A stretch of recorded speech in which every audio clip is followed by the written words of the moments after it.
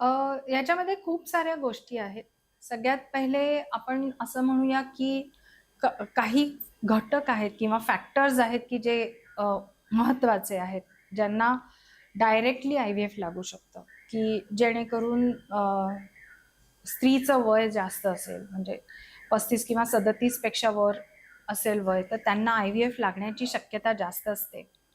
त्याच्यानंतर पुरुषांमध्ये जर खूप जास्त दोष असेल, जेव्हा सीमेनमध्ये किंवा वीर्यामध्ये खूप प्रमाणात शुक्राणूंचं प्रमाण कमी असेल किंवा त्यांची गती कमी असेल, तर आय-व्ही-एफ डायरेक्टली लागू शकतं. पूर्वी केलेल्या उपचारांमध्ये जर आपल्याला यश आलं नसेल, तर शेवटचा पर्याय म्हणून आय-व्ही-एफ लागू शकतं.